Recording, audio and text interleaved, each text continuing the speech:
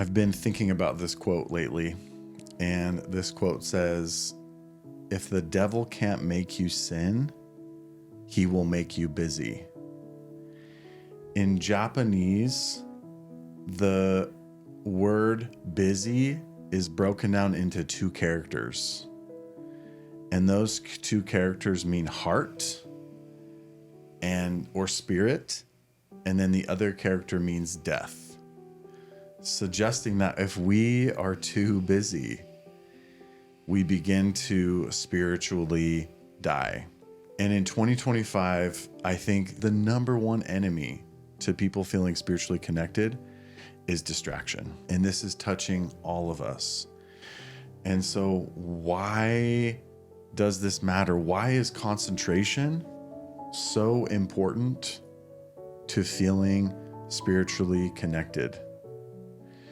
There's this beautiful verse of scripture that says, if our mind is single to God's, then our whole body shall be filled with light. What does that mean? It means that when we are concentrated, there is a window that opens and allowing us to receive guidance or knowledge for our spirit, in our life. Just think about how this connects to any relationship. If we're talking to somebody and we're not concentrated and they're speaking to us, we're not actually going to fully receive what they are saying. And so concentration is a form of worship that tells God or tells Mother Nature that I am here and that I am ready and I'm all in. And when we do that, we really open that window up. Without concentration and focus, we cannot have spiritual experiences and guidance. So a good way to view your spiritual practice is view it as a practice of concentration. What's a way that people can get a little bit more out of their spiritual practice? Because most people know that taking spiritual time is important, but why do they not consistently do it? Well, a big reason is they're not getting that much out of it, and then it kind of fades, or it's a little bit hit or miss, and then the spiritual practice starts to fade over time. So one of the ways that you can get a lot more out of your spiritual time is to plan it out before you engage in it. And so if you're planning on studying, plan out topics before the week hits of what you are interested in learning more about. And then that's going to help you concentrate or be more dialed into and interested in what you're studying. If you just want to take time to meditate, you have to plan to limit distractions like kids or potential interruptions.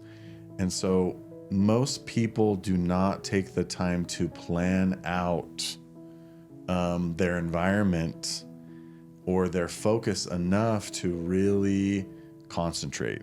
And when I look back at the most powerful spiritual experiences that I've had, I have been really sincere and really concentrated.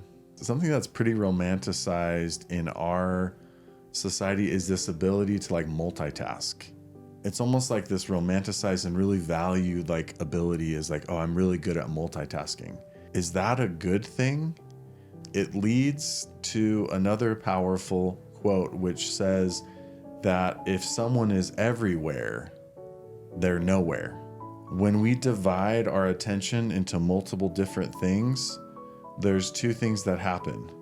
The first is we're not giving our full attention to one thing, meaning we're not actually fully concentrated or invested. And the second thing that happens is when we multitask, that leads to stress. And what's interesting about stress is the signal of our body telling us that there's too much going out and not enough coming back in.